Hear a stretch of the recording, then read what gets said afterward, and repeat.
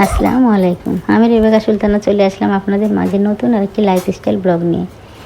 ঈদের তো আর একদিন বাকি আছে। আমি শুরু করে দিলাম ঈদের কাজ। প্রথমে তো আগে মশলাগুলো করে নিয়েছি, আদা রসুন ব্লেন্ড করে নিয়েছি। দুজন মিলেই করেছি, আমাদের ভাই আর আমি। সব মশলাগুলো ব্লেন্ড করে এবার বাটিতে তুলে নিচ্ছি। সব মশলাগুলো তুলে নেব। ঈদের তো আর বাকি না, আর একদিন মাজা বেঁধে কাজে লেগে গেছি। মশলাগুলো তোলা হয়ে গেলে শুরু করবো যে 2টা ফ্রিজ পরিষ্কার করা। ফ্রিজগুলো অনেক নোংরা হয়েছে, সামাই দিতে পরিষ্কার করতে পারিনি, এবার করে নিচ্ছি। করতেই তো হবে। এবার সব মশলাগুলো একে একে তুলে নেবো। আমি এদিকে মশলা তুলছি, দেখে রান্নাও চাপিয়ে দিয়েছি। রান্না করছি আর রুমের ভিতরে কাজ করছি এসে। দুপুরে তো রান্না বান্না করতে হবে, খেতে তো হবে। খুব সকাল সকাল আমি কয়েক বালতি কাপড়ে ভিজিয়ে রেখেছি, তারপরে লেগেছি এসব কাজ করতে। দেখেন সব বাটিতে মশলাগুলো তুলে নিব। আদা রসুন একসঙ্গে ব্লেন্ড করেছি আমি। আমার ভিডিওটি যদি আপনাদের এতটুকু ভালো লেগে থাকে তাহলে প্লিজ লাইক কমেন্ট সাবস্ক্রাইব করে দেবেন। আর যদি ফেসবুক পেজ থেকে দেখে থাকেন শেয়ার করে দিয়ে আমার সঙ্গেই থেকে যেতে পারেন। আর যারা অলরেডি এই কাজটা করেছেন তাদেরকে অসংখ্য ধন্যবাদ। এই যে মশলাগুলো তোলা হয়ে গেছে, এবার ফ্রিজ দেখেন দুজন মিলে পরিষ্কার করছে। আপনাদের ভাইয়া করে দিচ্ছে, সব বালতি আগে দিচ্ছি আমি।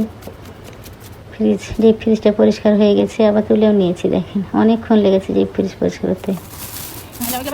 এবার নর্মালটা শুরু করবো। সবগুলো নামিয়ে নিয়েছি, নিয়ে পরিষ্কার করা ক্যামেরায় আমি সব পরিষ্কার করে নেব।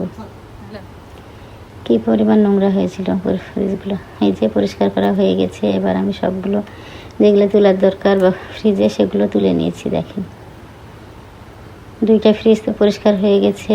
এবার রুমটা পরিষ্কার করে নিয়েছি সুন্দর করে। পানি পড়েছিল অনেকগুলো, দিয়ে মুছে নিয়েছি, যেহেতু সম্পূর্ণ নোংরা হয়ে গেছিলো। এই সুযোগে আমার রান্নাটা হয়ে গেছে। রান্নাবান্না শেষ করে এবার চলে যাব কাপড়গুলো কাচতে।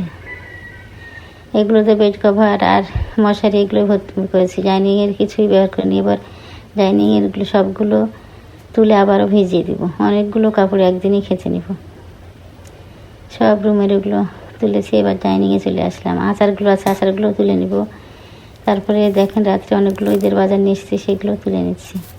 তুলে তারপরে ডাইনিং টেবিলের কভারগুলো সব তুলে নেবো। চেয়ারের কভারগুলো তুলে ভিজিয়ে দেব।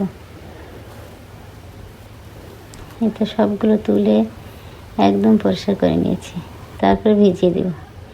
কাপড় কাচা তো হয়ে গেছে। আমার ছাদে চলে এসে দেখেন ছাদ ভরে কাপড় মেলেছি, জায়গা নেই আর। তারপরে তো কুরবানি মানে তো মাংস মাটির চুলায় রান্না করতে হবে। খড়ির চুলায় চলে এসেছি। চুলাগুলো সুন্দর করে লেপে নিয়েছি। লেপা হয়ে গেছে। এবার আমি মনে করছি লেবু তো লাগবে, ঈদে লেবুগুলো ছিঁড়ে নিই।